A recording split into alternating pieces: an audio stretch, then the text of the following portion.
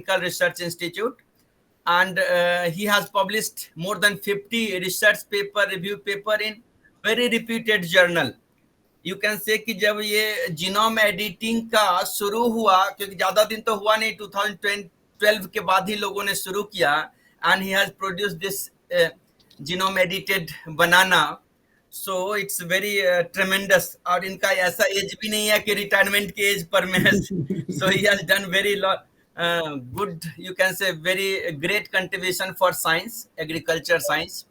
And I will not give you much detail. You can visit NABI. NABI is biotechnology DBTS, you can say DBT funded institute, Department of Biotechnology funded institute. NABI Chandigarh में है ना sir? बिल्कुल. Yes. Mohali. So he has got several you can say recognition from different agencies. You can say जो भी society है, अलग अलग plant के सोसाइटी हैं या इस टाइप के जो सोसाइटी हैं जीनोम एडिटिंग वाले.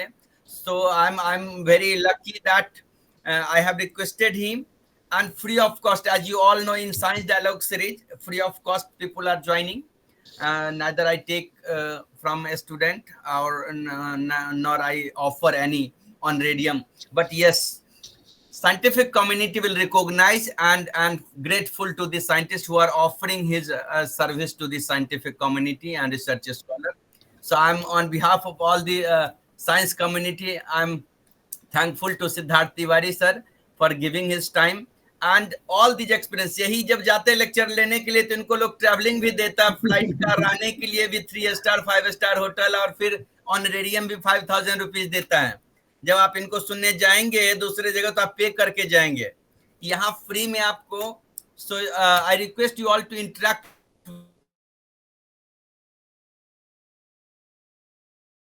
with him because this is now platform is your open. सिर्फ इसका फुल स्लाइड मोड में करिए, इंटायर स्क्रीन जब शो करेंगे तभी दिखेगा. So you cannot watch me or any participants during presentation. Just a minute. Okay ji, thank you so much Gopal ji for giving me an opportunity, and you have taken very good initiative, and where we are going to be discuss basically science, and this is a science dialogue series. I have invited to deliver my talk focused on development of nutrition enriched banana using genome editing. Before going to details, briefly I would like to explain about my organization, that is NABI, and its full name is basically a National Agri-Food and Biomanufacturing Institute. Previously it is known as a National Agri-Food Biotechnology Institute, but very recently, by taking off the Government of India's initiative on biomanufacturing, the biotechnology has been converted into the biomanufacturing, but still my institute is working on the both approaches, biotechnology and biomanufacturing. And my institute is located in Mohali. So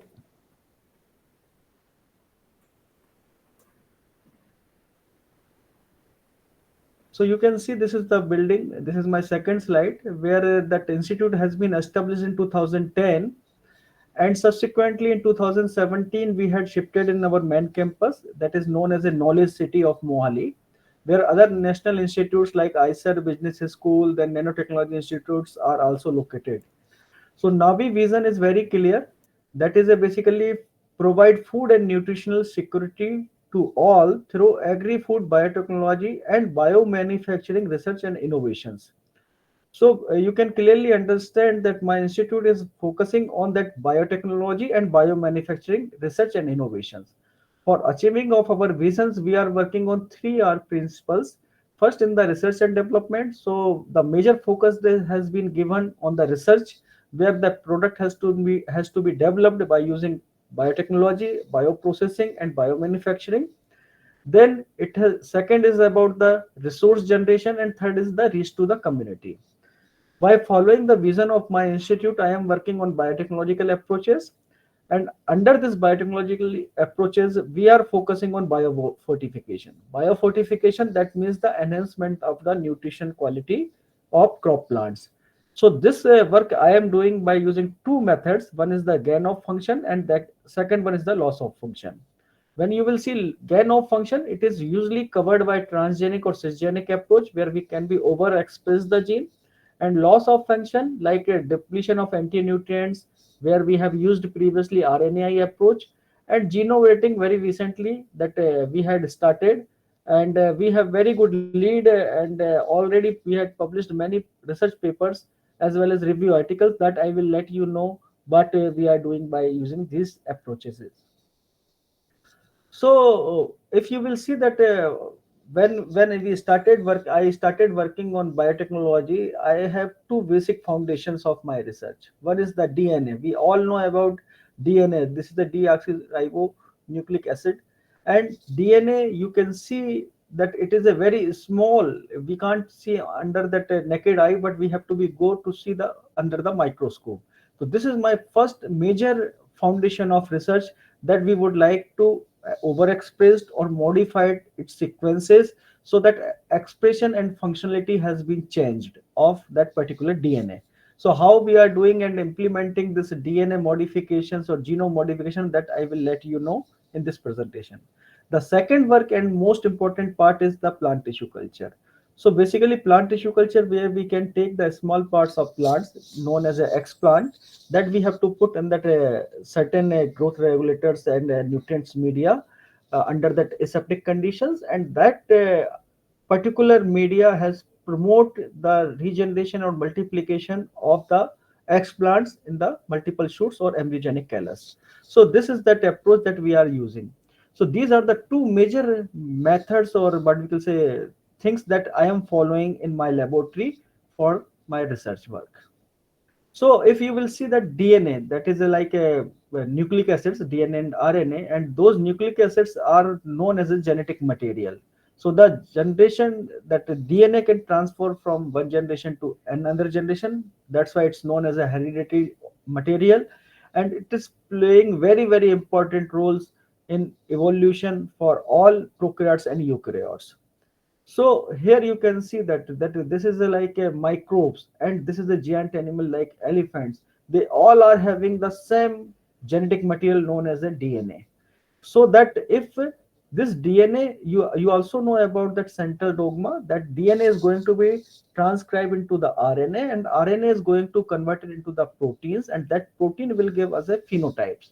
So if we can make any small change or mutation in this particular DNA, that it will have huge impact in the sense of that phenotypes, the outcome of that particular gene expression has been changed. It might be overexpressed, it might be silenced, it might be replaced with other functions like that.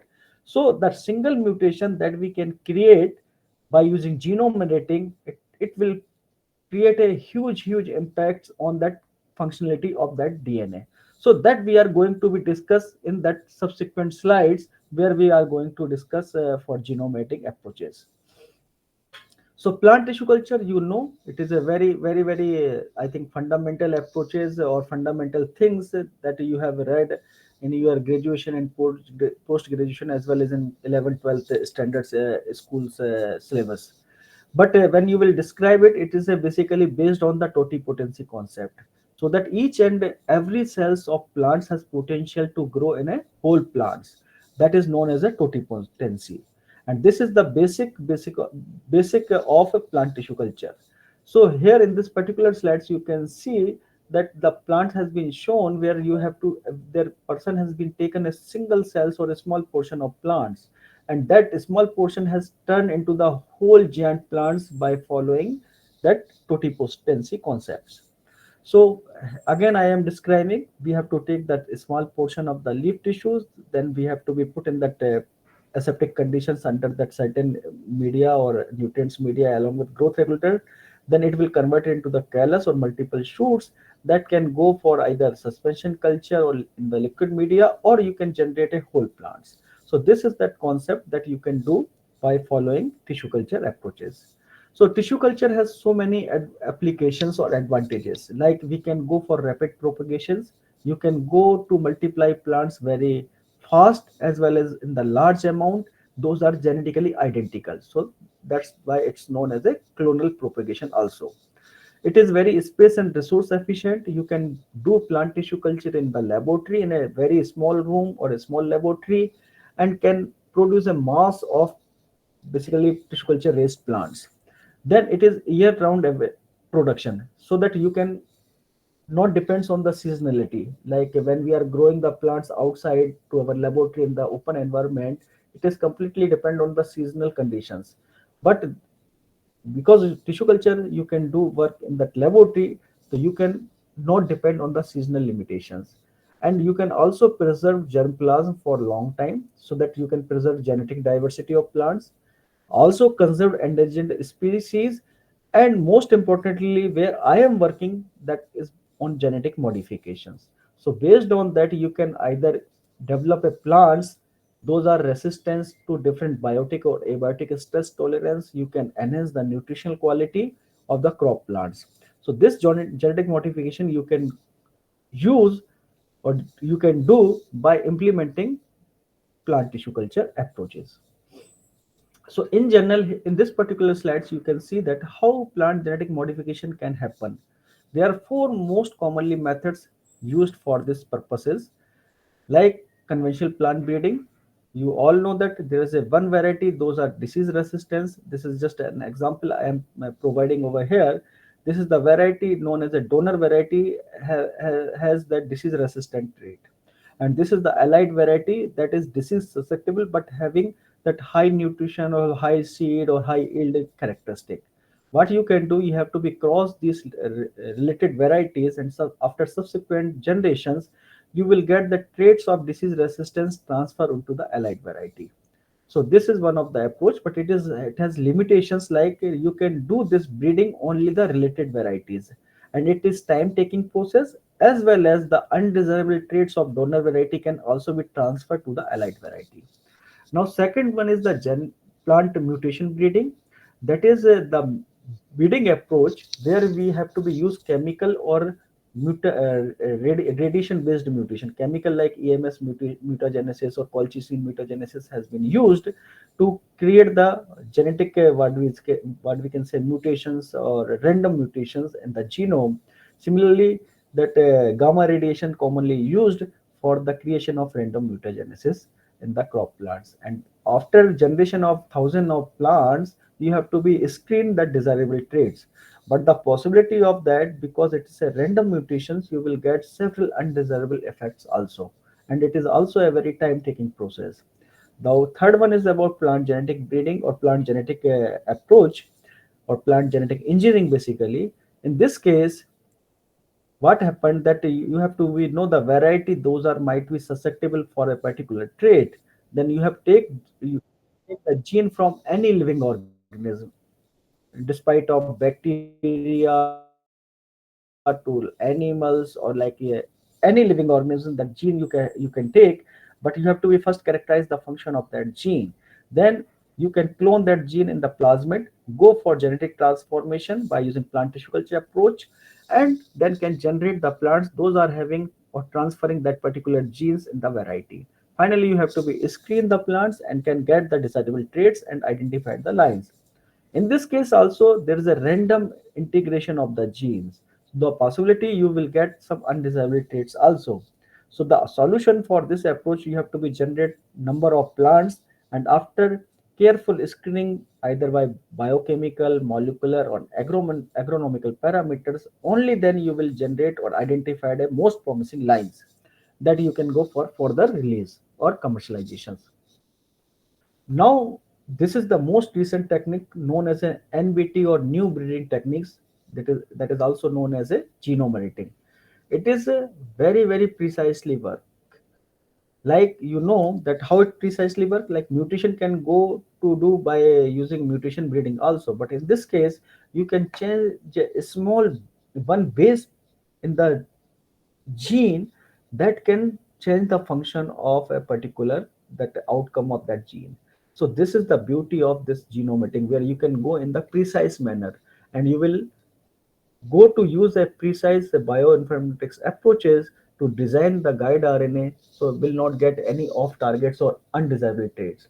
So that's why it is most famous and most novel techniques, where you can be improve the desirable traits even not getting any undesirable impacts or effects in the plants. So in this presentation, I am going to be discuss more details about plant genetic breeding or plant genetic engineering as well as genome editing approaches. So now I will let you know about biofortification. We know that plants, we usually get the several micronutrients from the plants like iron, then provitamin A or precursor of vitamin A, zinc, then calcium, proteins, all that nutrients or micronutrients we can get the plants in our body. But if these plants are deficient with these nutrients, then the person will considered as a malnourished. That means it is not getting that important nutrients from the source of plants, just because plants are not having these nutrients in their tissues. So how you will rid of these malnutrition problems? There are three ways. One is that nutrient supplementation, like you can get the nutrients and it has to be mixed with other kind of sources, so that you have to be make that supplementation or fortifications, not a biofortification but fortification of nutrient with nutrients. Then second is the dietary modification. You have to be go for diverse dietary sources, like you can take non-vegetarian sources, vegetarian sources. And third one is the biofortification. So biofortification we can do in the three ways, like traditional breeding, agronomic approaches, and genetic engineering. We have already discussed that traditional breeding. We can go for breeding and crossing. Agronomic approaches was basically a foliar spray of that nutrient so that plants can be absorbed, but it is a basically not a feasible, or what we can say, it requires a multi time investment. It's not a one time investment. But genetic engineering is basically a one time investment where we have modified a gene or function in a precise manner by using genome editing. So, when you are working on genetic engineering of plants, there are certain steps involved. Those are common for both for developing of transgenics or genome editing crops. These steps are like efficient optimization of efficient precision system by using explant source, then selection of target genes, then construction of binary vector with desirable genes, then efficient genetic transformation optimization, then whatever tissue culture approach you have optimized, that has to be used, and after generation of plants you have to be go for their analysis. So for all these there are some methods or tools are involved, like efficient regeneration from the explant source. So you are dependent on plant tissue culture. That is basically one of the important bottlenecks where you are going to implement genetic engineering approaches. Then selection of target genes. For overexpression or silencing, you have to be dependent on the bioinformatics tools. Then construction of binary vectors, optimization of genetic transformation and regeneration of transgenic events and their confirmation. It completely depends on the biotechnology. Various methods like PCR, then southern blotting, northern blotting, all these you have to be depend. Then tissue culture. That is the mixture of these techniques. Then subsequently, when plants generated, you have to be again screened by bioinformatics. There are certain tools are involved. There you can be confirmed that okay, there is a editing happened or not. Then molecular, agronomic, and biochemical analysis of a lines can be performed. So when we are working on genome editing, these two are very critical where bioinformatics are involved, like selection of target genes. There are several tools are available.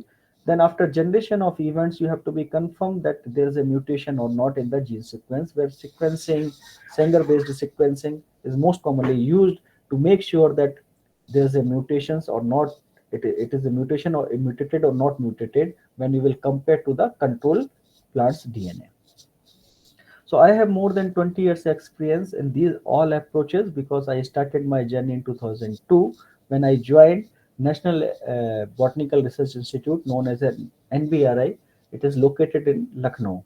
So my first objective of PhD in during my PhD is the development of genetically engineered peanut or groundnut plants that has to be protect against the one of the polyphagous foliage insect known as a tobacco cutworm or Spiriptera litora. This insect is very what we can say notorious insects, and it is reported a huge economic loss, especially southern part of India, where reported that 70% of groundnut has been destroyed. So how we have to be developed that protection against this insects? In this case, I have initially optimized the protocol of tissue culture, that is a multiple shoot induction or clonal propagation, you can see from the single explants, and this explants has been derived from the seeds. So that seeds has been cut in vertically, and then we had removed that embryonic portions and made this de-embryonated cotyledone explants. So this embryonic de-embryonated cotyledon explants I have used as a source of explants for multiple shoot induction. You can see in the proximal end, this portion has been generated hundred of shoots, and this explants has been used for genetic transformation in my experiments in groundnut. So in this case, what I did, I have used that one of the BT gene known as a CRY1 EC gene. That gene was synthesized in my laboratory during my PhD time in NBRI, and we have introduced this gene in a very specific manners. Like in this case, I have used wound inducible promoter. So the gene BT gene or CRY1 EC gene has been fused with PR1A promoter. So this promoter has capacity to express the attached gene only when the insect is going to be attacked or there is some wound in the leaf tissues. Otherwise, it will not expressed. What happened that you can see in this case when I put that transgenic leaf along with this insects in different stages like first instar, second instar, third instar, and fourth instar larvae stages of this insect, I have noted that the control non-transgenic leaves has completely chewed and eaten by the insects. But when you will see the transgenic leaves, insects are not able to eat, and subsequently it is going to be died because of the effect of BT gene. So it is very promising system that we have developed. It's a inducible wound inducible promoter expression based system, and we had published number of research papers from this work where that optimization of tissue culture protocol, then from different explant sources, then expression of CRY1 EC genes, and like that. So for this work, I got that Indian Science Congress Young Scientist Award in 2010 in the section of plant science, and I was really fortunate that I got that opportunity to meet with our honorable president or Bharat Ratna, Dr. Abul Kalam Azad, and we discussed briefly about my work and future objectives during this meeting. So my second objective of PhD, use plant as a bioreactor for vaccine production. We know that a vaccine can be produced in the animal system or animal cell line only, but plants can be one of the very promising source where we can be produce the vaccine or any vaccine antigen or antibodies. So why we have to be use plant for this kind of developmental processes? Because we can easily multiply. If that seed based system is there, you can easily multiply seeds and can generate thousand of seeds where that vaccine expression vaccine can be expressed. So subsequently, it will be a low production cost because you can easily maintain and grow in the control environmental conditions in the laboratory or greenhouse, net house, or open field.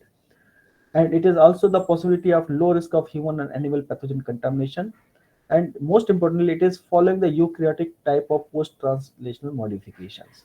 So based on that, I have selected groundnut seeds, and groundnut seeds is the natural organ that has having very high amount of protein synthesis, and it can be stored for long time at room temperature. So that's why I have considered to target that vaccine candidate, that is basically a rabies glycoprotein against to rabies virus, as well as its fusion with the cholera toxin B subunit. So my fusion protein or vaccine that can provide protection against to two viruses, one viruses, that is a rabies virus, second is the bacteria, that is a cholera bacteria, Vibrio cholerae.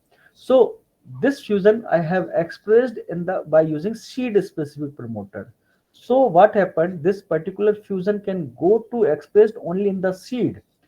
So based on that, we had published one very good review article in Biotechnology Advances, and we have noted and we have highlighted that if we can express this protein or that what we can say rabies glycoprotein fusion with cholera toxin B subunit in the groundnut seeds, and the expression is 1% of the total seed protein in groundnut, it can be available to immunize million of pupils. The production of this vaccine, because vaccine can be used in only 5 microgram that we have calculated. Based on that, I have shown that This vaccine produced from groundnut is one of the very, very promising sources. And also we had expressed this fusion protein in the tobacco seeds and demonstrated its immunogenicity against to the rabies disease. So for this work I got this work is a very promising because very recently in the 2022 Canada is the first country in the world that has been used plants, specifically tobacco plants, for the source of COVID-19 vaccine. And this vaccine they have purified from there and immunized persons those are having age under the 65 years. This is the one of the very finest example where plants can be used for the production of vaccine when this kind of pandemic comes in that our country or in the world. So this is this has been used in Canada. And for my work on the rabies glycoprotein fusion with cholera toxin B subunit, I got another Young Scientist Award in 2010 in Hyderabad. So in this presentation, I am going to be discussed more about genetic engineering approaches, their biosafety regulations, and their major applications in terms of transgenics and genome editing. Then second part is mostly covered about my own work, that is basically genetic engineering of banana for the development of nutritional enriched properties, specifically like provitamin A. So this presentation, I am expecting after this you will get awareness with the recent plant biotechnology related techniques and their biosafety regulations. You will be able to generate your own transgenic plants or genetically engineering plants with novel traits like nutritional, agronomic, or climate resilience. And it may also help in writing project proposal in the field of plant biotechnology. So first is the important question comes in our mind, why plant genetic engineering is required, because we know that plant breeding is available. Why we have to do work on that plant genetic engineering or their interventions. So there are three major things that we have to be seriously discussed. One is the population, second one is the hunger, and third one is the hidden hunger. When you will see the population, this is a map of global population. You can see that I have taken this data only today from this sites, world population sites, and it is showing that population has reached more than 8.2 billions. मतलब 8 अरब से ज़्यादा लोग दुनिया में already हैं. But when you will see India is the what we can say top most populated countries. And previously China was ahead to us, but now India has surpassed in 2023 itself. It was earlier predicted that we will surpass China in case of population, but in 2025, but we had achieved this undesirable, what we can say, aim in 2023 itself. So this is that news published in 2023. It is clearly showing that India has surpassed China to become the most populous country in the world as per estimates. So this is not a good sign because we have to be provide sufficient food to our population. And this is that India this is basically a hunger what we can say index usually published by that one of the renowned NGOs in US and along with the what we can say USDA. And they have estimated they have basically screened total 125 countries in the world, and they ranked India 111 111वीं position है हमारी 125 countries में. That means we are not getting providing sufficient foods to our populations. Specifically, the children and women are suffering a lot because they are not getting sufficient food in their diet that is required for their routine activities or health. So it is also reported that across world nearly 828 million people go without food every day, and that's why they have considered hungry or undernourished. 828, that means near to 1 billion people are not getting sufficient food in their diets.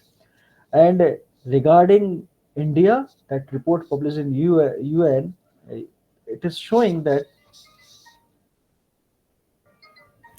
क्या ये data लग रहा है sir satisfactory है? बिल्कुल बिल्कुल, मैं यार मीटिंग में हूँ एक ना. ये डाटा जो है we have taken from UN and नहीं वो तो यूएन के डाटा पर मैं ही बोल रहा हूँ बिकॉज हाँ. 10 में से एक लोग भूखे हो रहे हैं, ऐसा ये डाटा तो ये बता रहा ना. ये अगर आप देखोगे ना, वी हैव लिमिटेड दायरा, लाइक हम इंडिया के बारे में देख रहे हैं, when you will go the other under developed countries like African countries, the scenario is हाँ, रियली तो वेरी उसमें भी वेरी बैड। हमारा तो भूखे में भी 111वां रैंक है, मतलब हम लोग नीचे से 13वां 14वां है ना। बिल्कुल 125 कंट्री में आप देख सकते हो कि हमारी पोजीशन 111 है। हाँ, मतलब एंड हम इट इज नीचे अ सबसे वेरी, नीचे से 14वें रैंक पर है ना। या it is a really serious issue basically, because sometimes when you will हमको लगता है कि इन लोगों का अभी आया हैप्पीनेस इंडेक्स, जिसमें हाँ हाँ पाकिस्तान और बांग्लादेश और ये अफगान, ये कौन सा है अभी, फिलिस्तीन, वो हैप्पियर है हमसे, इंडिया से। एक्चुअली क्या होता है ना कि ये जो सर्वे किया जाता है टोटल पॉपुलेशन के बेसिस पे किया जाता है। हमारे देश की पॉपुलेशन 1.5 अरब है, और उनकी पॉपुलेशन जो होगी वो 20 करोड़ 30 करोड़ होगी। तो 20 करोड़ 30 करोड़ का जो रेशियो होगा वो it is a very different as compare to 1.5 अरब। तो हाँ इसके कारण वो थोड़ा सा डिफरेंस आ ही जाता है। बट ओवरऑल भी अगर आप देखोगे तो हमारे देश में हम लोग भी देखते हैं, जब आप स्लम में जाओ या कुछ ऐसी एरियाज में जाओ या रेलवे स्टेशन में जाओ या बस स्टैंड पे जाओ, तो you will see that many peoples are, you can, मतलब देख के ही आपको लग जाएगा कि यार इनको हाँ कुछ बेचारों को हाँ खाना ठीक से हाँ नहीं मिल रहा है, गरीब है, परेशान है। तो it is a very common. हम लोग इंस्टीट्यूट में रहते हैं, यूनिवर्सिटीज में रहते हैं या एक अच्छी सोसाइटी में रहते हैं, तो हमें लगता है कि सब चीजें अच्छी अच्छी है। बट जब हम जाते हैं ना ऐसी जगह पे, मैं तो बहुत क्लियर बता रहा हूँ कि if you will go to the railway station और bus stand, you can clearly see the differences. बिल्कुल बिल्कुल, हम तो है सर वो। 1 साल रहे हुए हैं। हम तो हम्म। दिल्ली के स्लम्स में 1 साल रहे हुए हैं, सो आई हैव सीन तो के आपने अंदर। देखा होगा दिल्ली में तो वैसे ही बहुत बुरा हाल है। आप कहीं भी किसी भी कॉलोनी में चले जाओ, you will see that there are many peoples are, and most of them are suffering either from deficiency of nutrition or some diseases or like that. तो ये तो हाँ प्रॉब्लम है हमारे देश में, और it's not a fake data, it's a real data. Why we are saying that, I will show you that another slides after subsequent, that this is about hunger, that hunger that means ki undernourished. Now I yes, am saying about the micronutrient deficiency or hidden hunger. So it is another problem, but it's a global problem. Why? Because nearly 2 billion people, 2 billion मतलब 2 अरब लोग, 8 अरब में से 2 अरब लोग मतलब ऐसे हैं, 25%। so they are not getting that nutrients in their diet, and these major nutrients are vitamin A, vitamin C, iron, zinc, iodine, and folate. So what is that micronutrients? Micronutrients are very basically constitute a small fraction of the balanced diet, and they are playing major roles in our metabolic processes. अगर इनमें से इनकी किसी की भी deficiency होगी हमारी body में for long time, it will having a huge impact. Like कौन कौन से इम्पैक्ट हो सकते हैं कि ब्रेन का डेवलपमेंट प्रॉब्लम कर सकता है, हमारी जो ग्रोथ होती है वो स्टंटेड हो जाएगी, that will be cause of mortality also, and can be responsible for the susceptibility of many diseases like diarrhea, malaria, measles, ये बहुत आराम से हो जाते हैं। So these are the problems when we are not getting these micronutrients in our diet. But how you will get these micronutrients? There is one of the solutions that we have to be depends on the diverse dietary sources. And this is the data, as I am saying about that, consider India's major problem, micronutrient deficiency. And that was published in last year only, March 2024 में है, D Note करके एक basically magazine है. They have highlighted that this is one of the really serious problem, micronutrient deficiency. And specifically children as well as pregnant women, they are suffering by this. So they are not getting nutrients in their diets, and it is reported that India ranked 107th in global hunger index in 2020-22। ये तो 2022 का बताया मैंने, पिछला जो दिखाया था 2023 में दिखाया था। और इसमें से इन्होंने बताया कि जो 14 लाख चिल्ड्रन हैं वो माल नरिश्ड हैं, मतलब they are not getting these micronutrients in per day की बता रहा हूँ। 14 लाख चिल्ड्रन जो पर डे माल नरिश्ड हो रहे हैं क्योंकि उनको ये डाइट में मिल नहीं रहे nutrients. So what we can say that nutrition and micronutrient deficiency is really one of the very serious issues. If you are not getting these kind of micronutrients into your diet, in general also you will be suffered a lot, because it's not like a problem with that गरीब लोगों की problem है। ये जितने भी लोग हैं, अमीर लोग हैं या मीडियम क्लास है, उनके साथ भी प्रॉब्लम है। क्योंकि अगर आप सफिशिएंट अमाउंट में डाइवर्स डाइटरी सोर्सेज नहीं लोगे या अपने न्यूट्रिएंट्स नहीं लोगे, तो you will be suffered by many diseases. There are सब काइंड ऑफ एबनॉर्मलिटीज, बॉडी का मेटाबॉलिक प्रोसेस गड़बड़ हो जाएगा, अब जो कोविड वगैरह आया हुआ था, you have seen that people have been suggested to get healthy diets, ascorbic acids, vitamin C ज्यादा खाओ, ये करो वो करो. So it is it basically provide the resistance against to several diseases or several bacteria or viruses. So it is having a very huge impacts in your body and metabolic processes. तो आप लोग भी जब diet लेते हो तो be careful. Junk food वगैरह अपनी जगह है, लेकिन कोशिश करो कि न्यूट्रिएंट्स हेल्दी डाइट लो, जिसमें फ्रूट्स वगैरह ज्यादा हों, दालें हों. तो ये सब चीजों को मिक्स करके लोगे तो you will B having a good immunity system in you, to protect against to the several diseases. Now, other fact is that when you will see that India in the global map, this is another serious issue. This is that we all know that when you will see the earth, there is a nearly 70% is water and only 29% is the basically land area. So out of that, India is having only 2.3% land. This 29% का जो है हमारे पास 2.3% है. इस 2.3% में we have to be produce our agriculture crops. Then उसके बाद हमें construction भी करना है, हमें urbanization भी करना है. तो there are many things that we have to be do only this 2.3% land of the world. And we know that this is another summary where population has been increased so much. We are contributing nearly 20% of the world population, and it is considered one out of the every six people in the world is basically Indians. So we see that you can see that इतनी सारी population को इस particular land में आपको manage करना है. How you can do? That is another very big challenge. And most of the populations are dependent on the agriculture, but land are shrinking because people are moving to the urbanized area, like city में जा रहे हैं लोग, जंगलों को काटा जा रहा है, agricultural land shrink हो रहे हैं. So there are, this is another very important things that we have to be seriously considered. So what will be the scenario after 5 years? That we can expect food requirements will be increased because global population has already been reached more than 8 billion. Undernourished people might be over 1 billion. जैसे मैंने बताया कि कुछ 900 million मतलब 900 करोड़ लोग ऐसे हैं जो अभी जिनको बेसिकली 90 करोड़ लोग ऐसे हैं जिनको basically what we can say they are not getting sufficient food in their diet. So it is expected after 5 years it might be more than 1 billion. 1 अरब से ज्यादा हो जाएंगे. And the population because increasing, so it increase the pressure to protect the environment, biodiversity, and conserve our natural resources. So what will be the solution for that? Then how we can get the nutritious and healthy foods in our diet?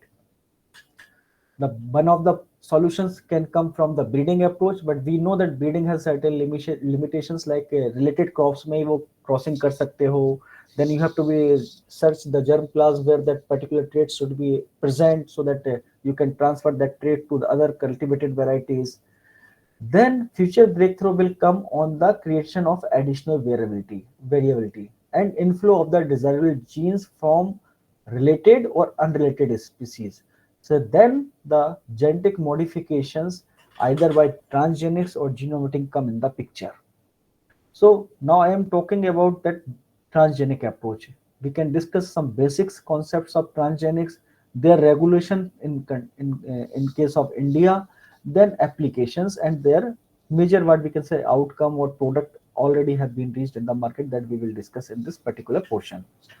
So when you will read about terms like genetic modifications or genetic modified organism, GMO, genetic engineering, transgenic or recombinant technology, more or less all are basically synonyms to each other. So don't be confused if you are reading this terminology. And transgenics or GMO are usually defined where you have to be introduced new gene by using recombinant DNA technology, or this is known as a cloning or what we can say genetic transformation. So when you will compare that conventional breeding to genetic engineering, they have certain limitations as well as advantages. Like conventional breeding, I already told that it is having a strong interspecific barriers, low recovery of hybrid, linkage of undesirable traits, and time-consuming process. Similarly, when you are working on genetic engineering, you have to be first optimize the efficient protocol of tissue culture and genetic transformation. Then gene of interest you have to know and characterize before going for a stable transformation. Then you have to be have very good laboratory. Then follow the proper biosafety guidelines. But advantage of genetic engineering is that you can transfer the gene even across the taxa. There is no limitation. There is no limitation, no boundary. You can take gene from any living organism and can use as per their what we can say advantages in that crop plants for genetic transformation. How you will do transformation? There are several methods are reported, like biological method, implanter method, physical method, and chemical methods. But most commonly in the laboratory, these two methods are utilizing. One is the agrobacterium tumefaciens based transformation. It comes under the biological method. Second one is the physical method, most commonly known as a particle bombardment biolistic method. So in this case, I am just briefly describing you that agrobacterium mediated transformation. When you will see that how agrobacterium naturally infect to the plants, it is having that basically this Ti plasmid. In this is a bacterial cells, basically agrobacterium cells. In this agrobacterium cell, it is having Ti plasmid, and this Ti plasmid is having tDNA. So this tDNA, what happened is going to be integrated in the genome of plants during the infections or transformations in the natural conditions. So after integration in the genome, it is secrete some phenolics compounds or opines. Basically opines catabolism genes are there. तो जब इसमें से plants में जब wound होता है तो it secretes some phenolic compounds, and those phenolic compounds this bacteria use as a source of nutrition for their diet, and gradually it is going to be multiplied. So in this portion, that is a junction of shoots and roots, it's known as a crown region, and because of multiplication of bacteria and synthesis of some cytokinin oxygen biosynthesis genes present in this tDNA, it is creating a disease known as a crown gall disease. But what happened in the laboratory conditions? In this Ti plasmid, we have to be removed tumor-inducing genes. Those are cytokinin and oxygen biosynthesis genes. And after removing those genes, you have to be put our gene of interest known as a foreign DNA along with selection marker gene, most commonly kanamycin or hygromycin selection marker gene. Why this gene has to be used? When you are growing the plants in the tissue culture media, you have to be put this kanamycin or hygromycin antibiotics. So what happened? Only that cassettes has been integrated in the plant cells only be survived, and rest of the undesirable or non-transgenic events will not be survived in the presence of this antibiotic.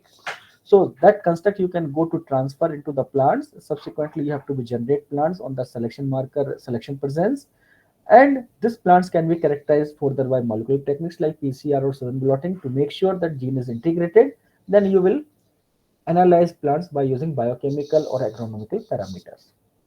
So this is that agrobacterial transformation process that we can do in the laboratory.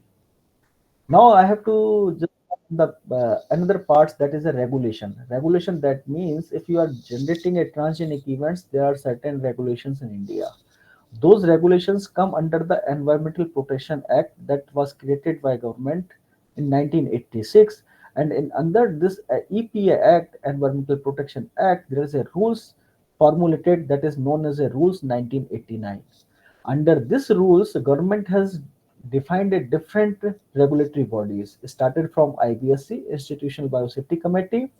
Institutional Biosafety Committee is basically governed by the institute itself. The director or the head of the institute is the chairman. Subsequently, there's a member secretary and the members of different organization as well as DBT representative. So this is the formulation of IBSC.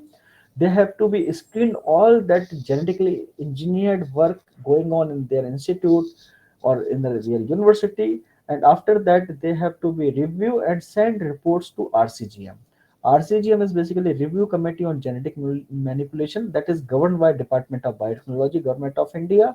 They again review your application and subsequently either reply to IBSC, okay, your application is fine, now you can go ahead for that your experiments. Or if required for field trials, it is transferred to the GEAC, that is known as a Genetic Engineering Appraisal Committee, and this committee is governed by the Ministry of Environment, Forest and Climate Change. So this ministry has to be reviewed again your applications. If everything is fine, then they will allow you to go for open trials in the what we can say open environmental conditions by following certain regulations. So this is the pattern in India. When you are generating a plants, it's not very easy to just go for commercialization. It has to be passed all regulations and trials. Only that it will go for that next steps for commercializations. So when you will see in the world, nearly 22 crops in 41 countries have already been commercially growing. Those are the transgenics or GMO crops. So you should not be afraid that how we have to be eat these transgenic events. And most famous example is BT brinjal that is growing in Bangladesh, that I will show you in subsequent slides. So this is that BT brinjal. That is a very famous success story. This basically brinjal is susceptible to the eggplant fruit and shoot borer. This insect is basically just destroy the foods completely, and it is reported nearly 60% loss, yield loss of brinjal. And also when you would like to kill this particular insect, you have to be go to spray insecticides heavily. So again you will get the insecticides or pesticides from the food products in your body. So what happened in 2014, that BT brinjal that give protection against to this insect has been introduced in Bangladesh in 2014. And initially only what we can say limited number of farmers has been started growing this BT brinjal. And subsequently you can see after 6 years, like 2014 it was introduced, and where 20 farmers has been started growing this brinjal. But in 2018 you can see nearly 27,000 farmers are growing. This data has been taken last 7 years from one journal that was published in 2018. So that you can see that there is a huge interest in the farmers to grow this BT brinjal, because they are getting profit by growing this brinjal, because they don't need the pesticides in the huge amount. They reduce that yield loss, and subsequently it is increasing the what we can say total profit, that is 6 times higher as compared to a non-BT brinjal. So it also reduced the pesticide use. So this is that success stories that we can see in the brinjal commercially growing in last 15 years at Bangladesh. The second success story is the development of golden rice. Golden rice, similarly, I am doing work on banana that I will let you know. In this case, what happened, golden rice, they have modified the carotenoids biosynthesis pathway, where initially they had generated generation 1 golden rice, where they have taken the gene phytin synthase from daffodil plants, then CRT gene from the bacteria, and lycopene beta cyclase gene from daffodil. So these three gene combination they have introduced into the rice, and subsequently they got the beta carotene biosynthesis. But it amounts is very low. So subsequently they have generated generation 2 golden rice, where they have modified the PSY gene from the maize CIT gene, and they didn't use lycopene beta cyclase. So combination of these two genes they have introduced in the rice in the seed specific manner, and they've noted that 23-fold high content of beta carotene deposited. This beta carotene is a precursor of vitamin A. So that BT brinjal, that is this golden rice, you can see because of high depositions of beta carotene, it is turned into the golden color. That's why it's known as a golden rice. And Philippines is the first country in the world that has been approved the commercial cultivation of golden rice. Although 2000, what we can say 2022, that Bangladesh has also taken initiative, and it is in the progress. But last year only, that in Philippines some NGOs has been created some issues, so that Supreme Court of Philippines has been allowed to go for details biosafety analysis of golden rice, and subsequently it has to be go for consumption, or what we can say cultivations. So this is in the process, and we are hoping that soon it will be released for commercial cultivations in the Philippines and consumption also. Now I will discussing about CRISPR-based genome editing. Again, I am going to discuss basics, regulations, and their applications. You know, this is the genome. Genome is a basically sum of genetic material in the individual. So if you edit, like similarly in the case of that we edit the manuscript, if you edit the genome, the terms is known as a genome editing. And genome editing, that means the you can edit the bases, or you can delete, or you can replace. So based on that, you will say that it's like a genome editing. But you can do in the precise manner, as I already mentioned, that chemical mutagenesis and physical mutagenesis by what we can say radiations, it creates the random mutations. But CRISPR based or genome editing based mutations is a very precisely work. Like in this case, I will show you, this is the original DNA that is converted into the messenger RNA, and subsequently it formed the amino acids or protein. That is the central dogma process that I mentioned previously. But what happened if you will delete this guanine? What happened? The outcome is there is a frame shift mutations. After deletion of this guanine in the DNA, precisely that messenger RNA will be synthesized, but stop codon will be generated, and subsequently protein will not be formed because it is a frame shift mutation has been created. So you will going to be disturb the function of this gene in a very precise manner. And how it can be used, that I will let you know in my work on banana biofortification approach.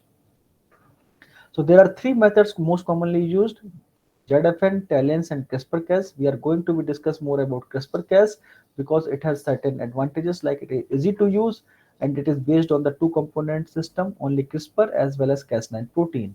How it works, you can see in this prokaryotic cells where virus in the natural condition, what happened, this virus is infected to the bacteria, and bacteria has that CRISPR machinery. And in this case, what happened, this DNA fragments of virus is going to be integrated in the CRISPR machinery, and subsequently it is transcribed and form a pre-CRISPR RNA. This is the hair loop formations. And what happened again, the same virus is going to be infect to the bacterial cells. Along with Cas protein, it makes that combination or complementations of this virus DNA along with this what we can say pre-CRISPR RNA. And after that, because this Cas9 has is having that endonuclease activity, it chop it out.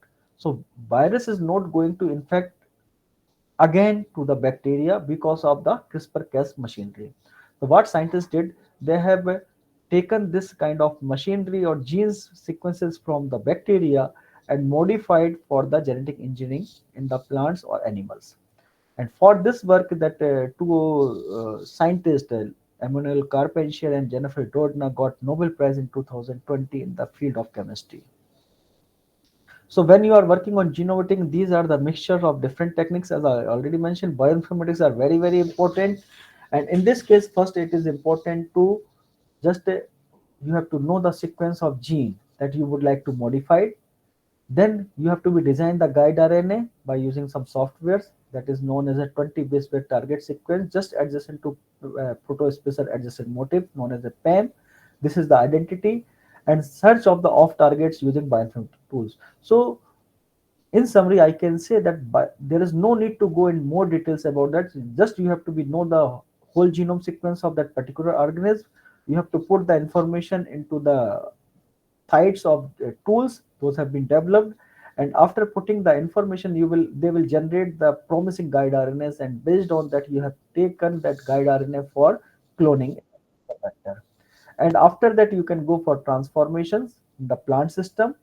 Then you can either use monocot or dicot specific promoters to targeting that what we can say guide RNA, and delivery of that vectors by using agrobacter mediated transformation, particle bombardment, or PEG mediated transformation. And after generation of events, again you have to be go for bioinformatic tools to analyze the mutations by using sequencing. So this is the workflow. It's very, very straightforward. Whenever you are going to be use genome editing, you have to be followed this approach.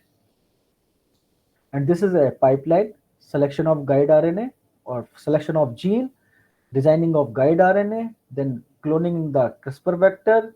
You can use different methods like a vector-based ribonucleoprotein complex. Then people are also utilizing nanotubes or nanoparticles. And after that, you can go for transformation. Again, there are various methods of transformation like agrobacter mediated transformation, particle bombardment, then PEG mediated transformation, or magnetifications also can be used.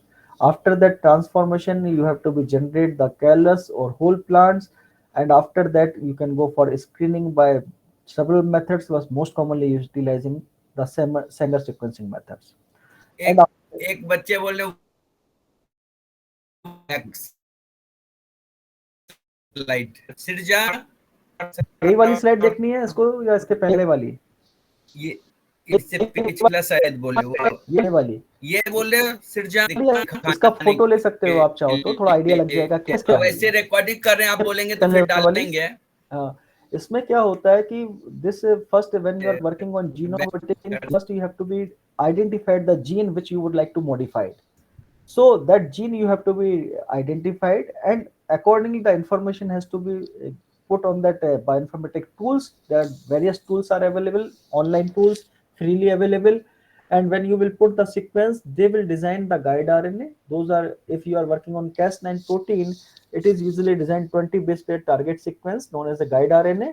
And the property of Cas9, what we can say identification, is the pan sequence, that is known as a it's a basically NG gene. That N is the N-nucleotide or GG are the guanine. So that sequence has been आज recognized as एक a Cas9 video protein. आज एक video मैंने group में वैसे डाल दिया था, दोज हु आर इंटरेस्टेड, अगर वेरी गुड, देखा वेरी नहीं गुड। होता है ना, हाँ, उनको क्रिस्पर। काफी कुछ थोड़ा सा क्लैरिटी आ जाएगी कि कैसे ये काम होता है, हाँ नहीं, कैसे वो चलता पूरा है। क्रिस्पर का डिटेल वाला एक जो है ना डाला था। हाँ एनीवे ठीक हाँ। है, revise. So I think so they will get more ideas when they will go in details about the videos or some yes YouTube yes yes, CRISPR channel. का स्पेसिफिक एक लेक्चर करवाया था हमने, आईबीएबी के हाँ साइंटिस्ट हैं संजय जी उनका। हाँ हाँ, नहीं तो उससे उन्हें काफी कुछ आइडिया लग गया होगा बेसिक। तो आई एम हाँ जस्ट हाँ, super one but they one. Are all, सब नहीं है ना, वॉच नहीं करते हैं ना, जो नहीं अटेंड किया वॉच भी नहीं करते, उनको लगता है कि वॉच करेंगे तो कहीं व्यू बढ़ जाएगा सर का, है ना, या बहुत सारा है ना। दे डोंट, कंसंट्रेशन तो बहुत कम है ना आजकल बच्चे का। नहीं नहीं, उनके तो पास तो आजकल तो इतनी सुविधाएं हैं, अगर बच्चे थोड़ा सिंसियर होंगे तो सब कुछ मिल हाँ, जाएगा उनको। जो सिंसियर है वो तो कश्मीर से भी देख के आप बोलते हैं सर कितना अच्छा है, कितना अच्छा सही है। जो नहीं बात पूरा देखा वो 5 मिनट में देख के, एवरेज अगर व्यू देखेंगे तो 1 मिनट 2 मिनट 1 घंटे का अगर हाँ, लेक्चर है तो सही बात है। सुविधा मिल जाने के बावजूद भी जो है ना। Yes sir, please continue sir. चलो, anyway, so this I have the same things I have discussed over here: selection of guide R gene, then designing the guide RNA by using softwares or tools, then their cloning in the vectors like a CRISPR vector or by different methods. Then after that construction or vector, you have to be go for transformation by again different methods, and subsequently you have to be generate the plants by using tissue culture approaches. After generation of plants or edited lines, you have to be make sure that there is a mutation or not. There are different methods are available. Sanger sequencing, as I mentioned, is a very common methods where you have to be just go for sequencing and compare the sequence with control. So you will clearly see that there is a mutations or not. So CRISPR-Cas application, when you are implementing, it's defined or what we can say divided into the three categories. One is the SDN1, SDN2, and SDN3. SDN basically site-directed nuclease. The first one is basically NHEJ based. That means non-homologous end joining based. In this case, we can create a small mutations and subsequently the function of that gene has been disrupted. So gene silencing can be happened, or what we can say gene knockdown can be generated by using this approach. And it is considered SDN1. Second one is the SDN2, that is SDR based mechanism where you can be incorporate a small fraction of gene or sequence in the desirable positions in the gene. And third one is the again SDR based, that is a homology dependent recombinant based techniques. In this case, you can again insert the new gene, but this is considered like a completely like a transgenic approach. So in general, when you are generating the plants by using SDN1 and SDN2, and you prove that there is a no foreign DNA is present in the genome, then it will be considered like a non-transgenics. And Government of India has been released this office memorandum or guidelines in 2022 March, where if you are generating these events will not be considered as any kind of regulations that we usually following in the transgenic case. So this is the guidelines when you are generating SDN1 and SDN2 genome edited plants. Simply, you can submit the application to IBSC, Institutional Biosafety Committee. The Institutional Biosafety Committee will review and send this information to RCGM, and subsequently everything is fine and you prove that there is no integration of the foreign DNA, directly it will go to the commercializations by following certain guidelines. So it will not follow that kind of regulations that we usually followed in case of transgenics. But SDN3, where you are going to be integrate new gene in the genome in a targeted manners, it will be followed like regulations of transgenics. Like IBSC will transfer to the case to RCGM, RCGM will transfer to the case to GEAC for environmental release and trials. So global status of genome edited crops, you can see there are several countries have already been SDN exempted. 1 और SDN 2 में क्या difference है? One और SDN 1 basically जो है NHEJ based repair mechanism होती है. इस हाँ, केस में क्या होता है कि you can create the gene silencing. Non homologous and joining, जो जब डीएनए हमारा डैमेज हो जाता है तो दो तरीके से रिपेयर हो सकता है. हाँ, one is NHEJ based, naturally होता है ये. नॉन होमोलोगस एंड ज्वाइनिंग, इसमें क्या होता है कि रेंडमली न्यूक्लियोटाइड्स आके जुड़ जाता है डीएनए से, तो उसके कारण क्या होता है कि वो फ्रेमशिफ्ट म्यूटेशन हो जाता है. जो ओरिजिनल सीक्वेंस है वो नहीं रहेगा, दूसरा सीक्वेंस क्रिएट हो जाएगा. तो उसके कारण उसका फंक्शन डिस्टर्ब हो जाता है और वो knockout events you can generate. Knockout मतलब जीन साइलेंसिंग कर एंड सकते 2 हो.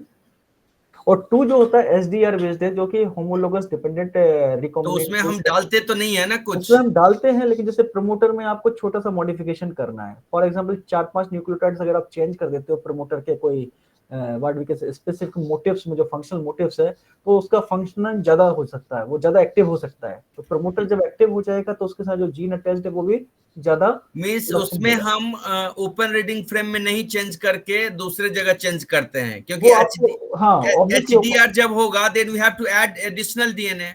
Additional portion, small portion of DNA. The it is small portion, right. then again it is considered as transgenic, मतलब No, नहीं. no, no, no, no. What I am saying, like in a promoter region, you know that there's a frameship, what we can say, replacement of a particular nucleotides. 4-5 nucleotides अगर आप उसमें change कर देते हो promoter, तो promoter की activity तो रहेगी, बट वो और फास्टली एक्टिव हो जाएगा. ओके. तो that is the only purpose. इसलिए उसको एसडीआर, जो SDN2 है, उसको बोला गया कि very small portion of DNA you can be replaced और तो introduced. Small portion means how long? इसका कुछ जैसे आप इट रेगुलेशन इज में बोल रहे हैं, रेगुलेशन में बाहरी नहीं डालना right, है ना? right, right. It is reported not more than 20 nucleotides. Okay, okay. Yeah, but If you are adding less than 20 nucleotides, so they are not considered transgenic, है ना? right, right. They are saying. Okay. So it is या not a, it is या a not. Difference, या difference है कि हम protein coding में नहीं चेंज करें और दूसरे जगह करें, ऐसा है? या बिल्कुल, हम आपको जहां लगता है आप कर सकते हो उसको चेंज. वो प्रोटीन कोडिंग भी हो सकता है, लेकिन important is that the gene को आप अगर नया जीन नहीं डाल रहे हो आप उसमें, आप बट उस जो जीन है उसी में छोटा मोटा मॉडिफिकेशंस कर दे रहे हो, जिसके कारण उसकी फंक्शनलिटी में डिफरेंस आ रहा है. वो हाईली फंक्शनल हो जा रहा है. वो प्रमोटर भी हो सकता है, वो ट्रांसक्रिप्शन फैक्टर भी हो सकता है. But up to 20 nucleotide addition is allowed. Allowed, या as per that guidelines of government of India okay, okay. SDN2 yes. के लिए.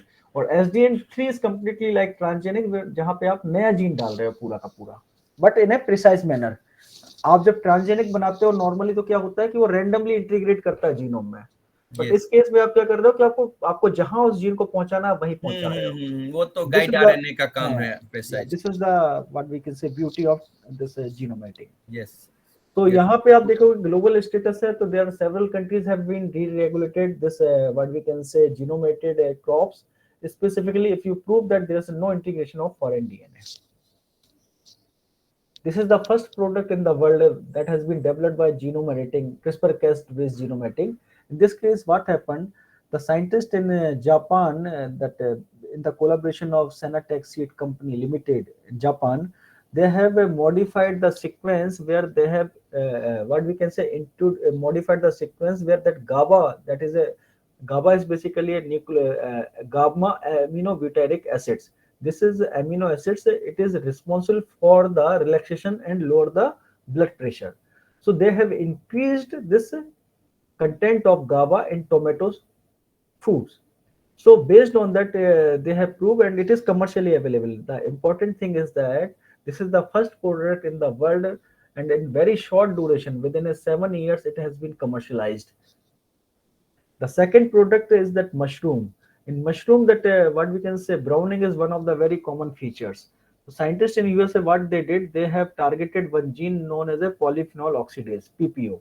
This gene they have edited, and this gene is responsible for phenolic secretions. So after editing of this gene, the normal what we can say blackening of mushroom has been stopped, and mushroom is looking very healthy and in the white color. The other example of the de novo domestication of wild tomato using genome editing. In this case, there is a one example of tomato variety known as a tomato Solanum pipilifolium. This variety of tomato is widely growing in that what we can say not it's a wild variety basically, but having that some desirable traits like disease resistance and stress tolerance, but it is not having good quality of fruits, less number of fruits, the nutrients in the fruits are not good. So what scientists did in this wild variety of tomato, they targeted 6 genes. Those are responsible for general plant growth habitat, plant fruit shape, fruit size, fruit number, and nutritional quality. And these traits is governed by different genes. So that gene they have simultaneously targeted by using multiplexing approach, and subsequently this wild variety of tomato, those are having less agronomical as well as nutritional property, converted into the de novo domesticated variety. So this is another beauty of this genome editing approach, where you can target simultaneously multiple genes. And wild variety, those are having some what we can say important traits like disease resistance or abiotic biotic stress resistance trait, but it is not commercially viable. You can convert into the commercially viable variety. So in the world, you can see there are several products have already been reached in the market and approved. You can see that Vexicon, non-browning lettuce, then fungal resistant wheat. These are the product Gava tomato. Those have already been reached in the market and growing in different places in the world. In India, I just would like to highlight it. When you will go in this particular site, so you can clearly see is that there are 4 products are in the pipeline, or you can say in the advanced stage. Then vitamin A biofortified banana developed by NABI in our group. Then salt tolerant rice developed by NIPV in ICR Institute at Delhi. Then drought resistant high yield rice that has also been developed by IARI and IIRR Hyderabad. Then pest and disease resistant mustard very recently developed by NIPGR. So you can see this is that our reports where we had published this work where we had enhanced silenced one of the gene carotenoids pathway that has been enhanced the beta carotene content in the banana fruits, and that work was highlighted, and we got the supports from that our science and technology ministers. The second work is where that NIPB in this institute they have generated the edited lines that enhance the salt tolerance. The third one is that high yield variety of Samba Masuri rice that has been developed by IIRR, Dr. Satyendra Kumar Manguruthia, and in IARA, Dr. Vishwanath Chinnuswamy. They did work on this variety. And before, I think 2030, 23, that Minister of Agriculture, Dr. Mr. Narendra Singh Tomar, he told that that will be the first genome edited variety or crop in India will be commercially available in 2026. So we are hoping that in the next year, some of the varieties can come into the market by developed using genome editing. Another very recently that one of my colleagues, Dr. Naveen C. West and NIPGR Institute, he has developed a disease-resistant mustard by genome editing. He has also target multiple genes, multiple homologs of GTR1 and GTR2 genes, and it is providing that low seed and high leaf glucosinolate oil seed mustard crop. This particular molecules or compounds glucosinolate, it is having some negative property, but it is required for the disease resistance. So what he did that he has targeted the low content of this in the seeds, but in the leaf it should be in the normal conditions. So it will provide protection against to disease, but when you are going to be consumed, it is having low amount of glucosinolate.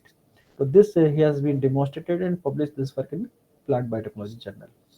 So in the world, you can see that it is this technology is very promising. In 2012 and 13, it was introduced, and subsequently you see that the contribution of genome editing in the market is significantly increased as compared to the transgenics and plant breeding approach. But in the summary slide, you can see that CRISPR approach or genome editing can be implemented for many kind of traits improvement like abiotic stress, biotic stress tolerance. You can enhance the micronutrient, you can develop the seedless crop, you can reduce the anti-nutrients. But when you are implementing this, you have to be very careful. First is that genome sequence should be known. Otherwise, you will get the off-target effects. Whatever crop plant that you are working, first be very carefully see that its genome sequence should be known. It has to be published. Then you have to be see that the software-based analysis to reduce the off-target impacts. The guide RNA should not having multiple off-targets, or it should be less or no off-targets. Then you have to be optimize the protocol of tissue culture and the gene delivery methods. So in summary, CRISPR-Cas based genome editing offers a great potential towards the crop improvement. CRISPR-Cas based genome editing products are in a step ahead and are safer due to the precision in editing as compared to the conventional crop improvement strategies.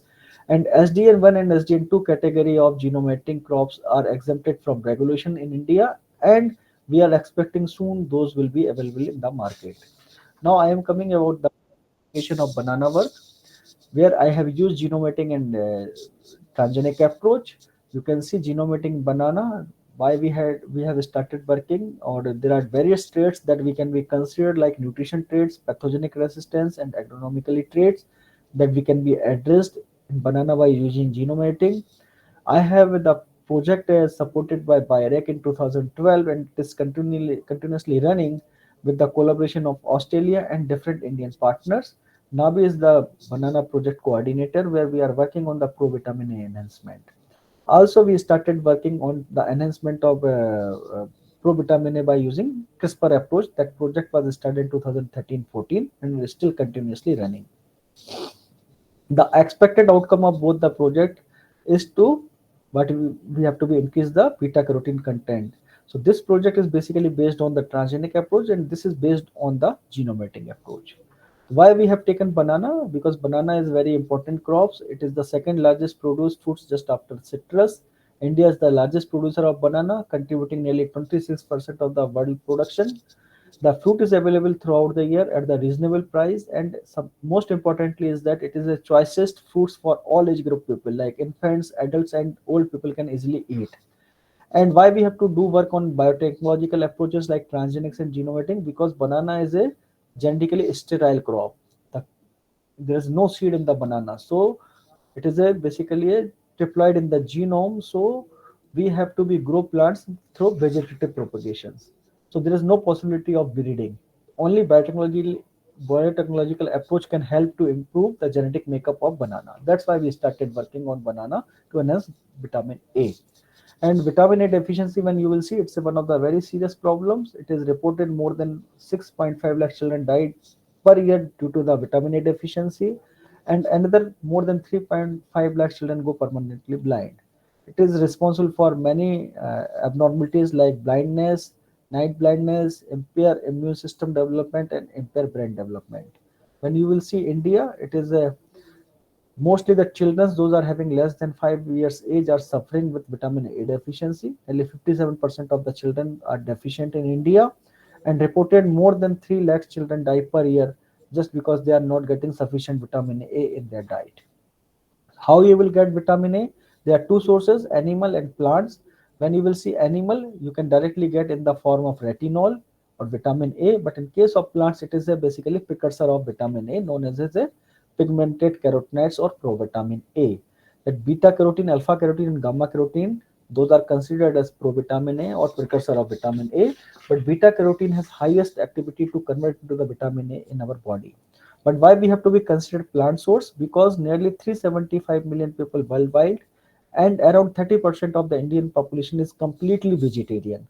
So we can't ignore the vegetarian source. That's why we started working on the biofortification of banana. But the another question come in our mind: how much vitamin A or provitamin A we have to be enhanced? So here this is the calculation. That report has been taken from ICAMR, that is published in 2020. It is reported that we have to get 1000 microgram vitamin A per day in our diet. And the conversion ratio of beta carotene to vitamin A in our body is 1:6. That means if we are getting 6 molecules of beta carotene, it is converting into the 1 molecules of vitamin A. So if we would like to get 1000 molecules or 1000 microgram, then we have to get 6000 microgram beta carotene. So based on this conversion, what I did, I have screened the Indian banana germ class. Those are growing in our Navi field. We noted that one of the most commonly cultivated variety Grand contain only 400 to 500 microgram of 100 gram of pulp. This is the eatable portion pulp. So if we would like to get 100% RDA, that is 6000 microgram of beta carotene from single banana, we have to go to increase 15-fold high content of beta carotene. So this is our target that we have fixed to get vitamin A or improve the provitamin A in banana fruit. Now we have to be again review and see our strategy where we have to be see that metabolic pathway of beta carotene biosynthesis. The pathway started from MEP where DX is one of the gene that is provided substrate flux in the carotenoids pathway, and this GGPP, general glycerol diphosphate, converted into the phytine, then zeta carotene, subsequently into the lycopene, and there are different enzymatic steps are involved. And this lycopene diverted into the two directions. One is the synthesis of lutein, and second is the synthesis of beta carotene. So if you will carefully see this pathway, then you can understand how I have designed the approach. Like gain of function, overexpression, I have taken phytine synthase and DXS gene. So these are the upper side in the pathway. If these genes can be overexpressed, the beta carotene will be increased because substrate flux go and synthesize beta carotene. And in the downstream, you will see that this lycopene epsilon cyclase is an enzyme that is diverting lycopene into the other direction. When we edit or silence this gene, what happened that lycopene can go to synthesize beta carotene only. So we edited this gene by using CRISPR approach. Then other genes are BCH and CCDs; those are responsible for the degradation of beta carotene. So all these three genes we can edit. There is the possibility to increase the beta carotene content. And PDS that we have used as a proof of concept that I will let you know. So this pathway was known na Yeah, earlier. it's a well established pathway in any plant. That's why I mentioned the pathway in plants. Any eukaryotic plants, you can see this pathway exist. But and these genes are well known, but you have to be characterize their function before going in details. So that I have optimized the protocol of what we can say tissue culture. As I mentioned, tissue culture is one of the bottlenecks of genome editing or genetic engineering. So I have taken two cultivars, Grandine and Rastali. You can see this is the embryogenic callus. It is going to be transferred into the liquid media known as a suspension culture. And suspension culture of embryos is going to be transfer regeneration, germination, and plant in the rooting and acclimatization. So this is the well-established protocol in our laboratory, and 1 ml of packed cell volume that ECS is providing thousand of plants. The efficiency is very very high for regeneration of plants. So in the steps you can see in the summary, we started initially for in silico analysis. Again, the bioinformatics are very very important tools. After analyzing that what we can say gene, we have to be functionally characterized. In this case we have used bacterial complementation system. After functional validation of genes, we have to be performed transformation using tissue culture, that is the optimized process in our laboratory. And then we have to be generate the plants and then transfer it to the greenhouse by following the DBT biosafety guidelines. And after that, plants has to be transferred to the big net houses because banana is a tall herbaceous plant, so accordingly we have developed a big net houses.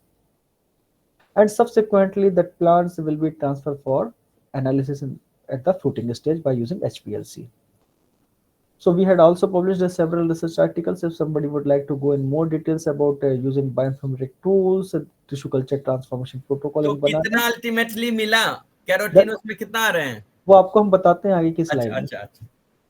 So these are that you can see that number of plants have been generated initially. Those have been shifted to the greenhouse by following the DBT biosafety guidelines.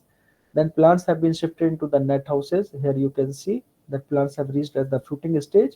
And now I am coming about genomating work where I told that we have taken the different genes like PDS, lycopene epsilon cyclase and CCDs. All work have been published in different journals, and we have also published a very good review articles in different journals where you can go and read in details how that CRISPR can be implemented and used for the vegetative propagated crops or various trait improvement. So one of that genes that we have taken is a PDS in carotenoids pathway. This PDS gene is responsible for carotenoids biosynthesis as well as chlorophyll biosynthesis. If you silence this gene, you will get albino phenotypes because chlorophyll biosynthesis has been stopped. Following this approach, I have designed the guide RNA and designed this CRISPR construct, transform into the banana embryogenic cell suspension culture. When you will compare the control, you will see the albino phenotypes because chlorophyll synthesis has been blocked in these edited lines. When we perform the sequencing by using Sanger methods, we have noted that there is some stops codon has been generated due to the frameshift mutation, because there is a deletion or addition of the nucleotides. So because of this addition or deletion, there are some stop codon has been generated in between, and protein is not able to synthesized. And subsequently, the outcome is that chlorophyll synthesis has been dropped as compared to the control, and also that carotenoids has been reduced, because that the pathway is designed to finally synthesized beta carotene. So we have noted that carotenoids has been reduced as compared to the control. The work was published in that functional integrative genomics in 2018, and this was the first report in India, in the world, that has been shown that genome editing in banana is possible.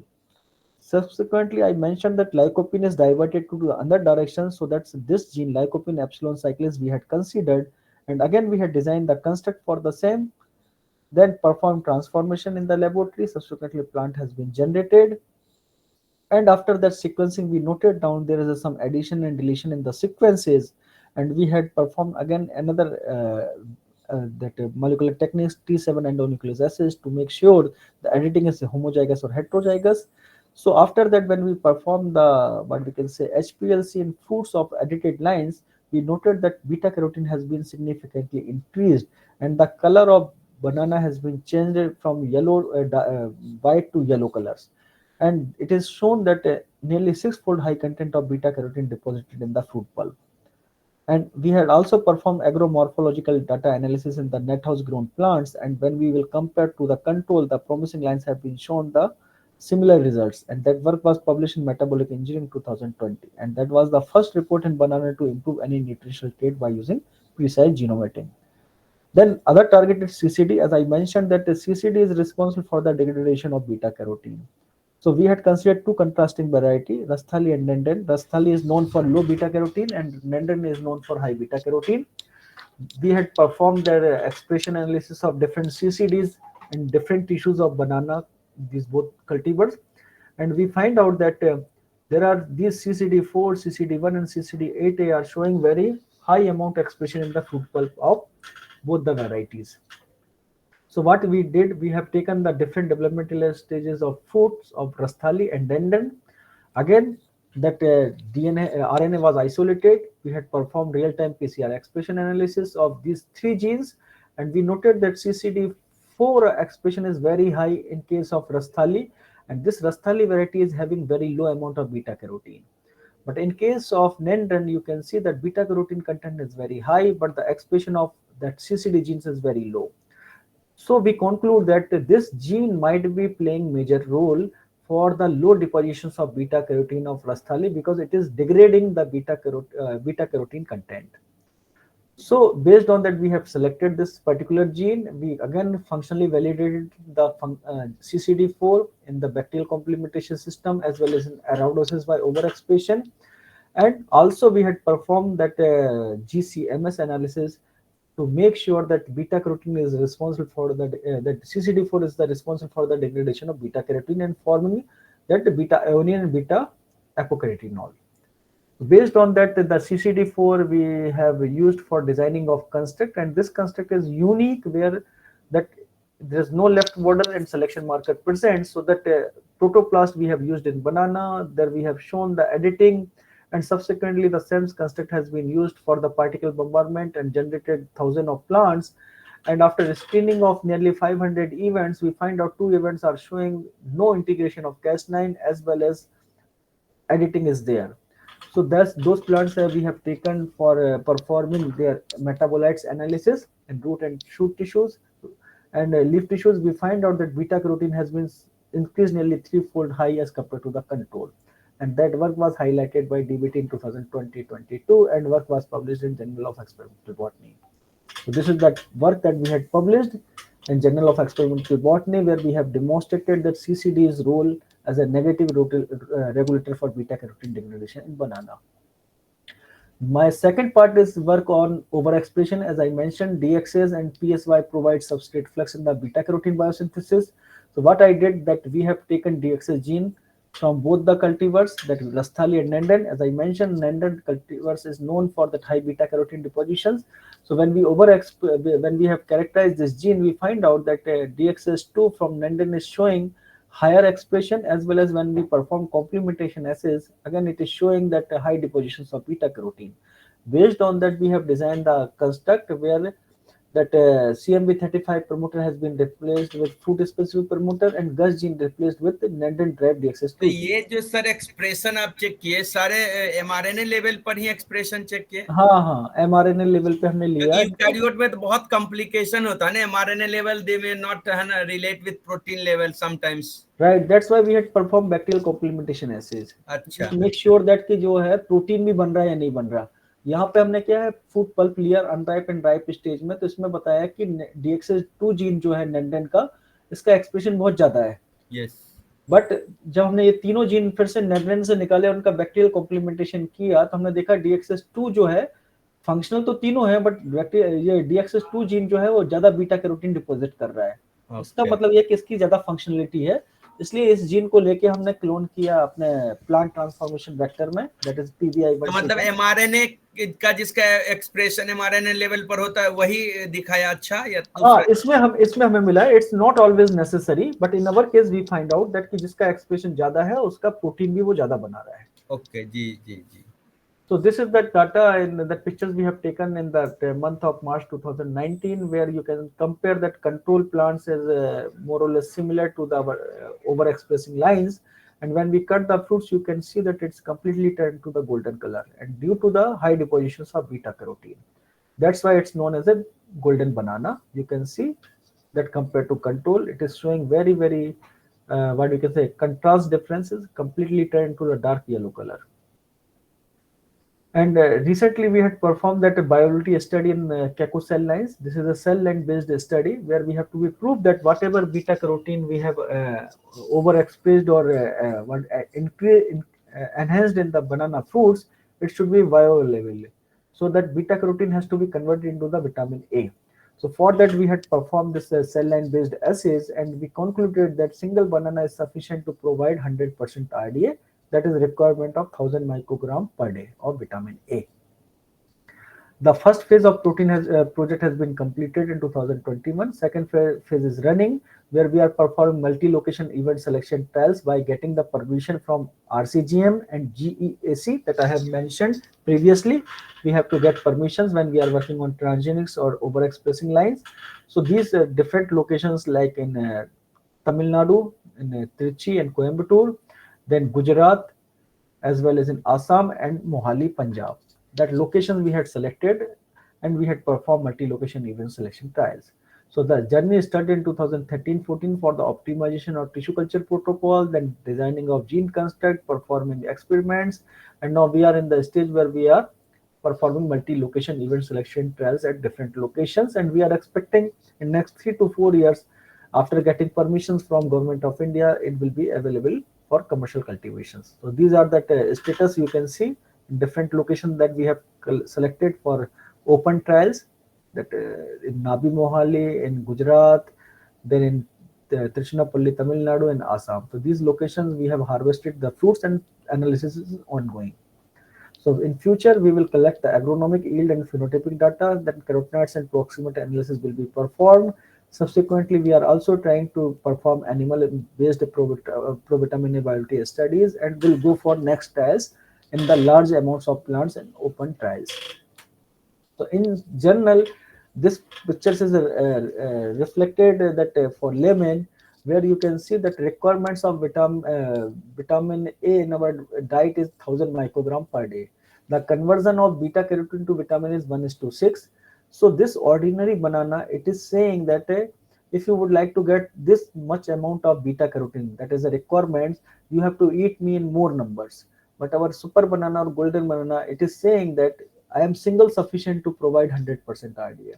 So this is just a layman explanation so that everybody can understand the promisingness of this technology.